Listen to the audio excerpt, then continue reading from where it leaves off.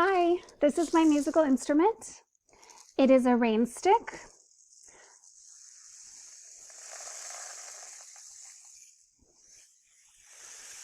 I made it out of an empty Pringles can, aluminum foil, and I used inside some dried rice and cupcake sprinkles to make the sound.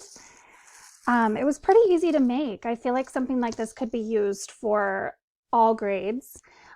Specifically, I was thinking it would be used for third grade, and it could be used as part of a social studies music lesson where students learn about Native Americans and the history of rain sticks. There's also a book, which is a fable by Sandra Robinson called The Rain Stick, which would be a great book to read to the students and then have them make the rain sticks. So this is my instrument. Thank you for watching. Bye.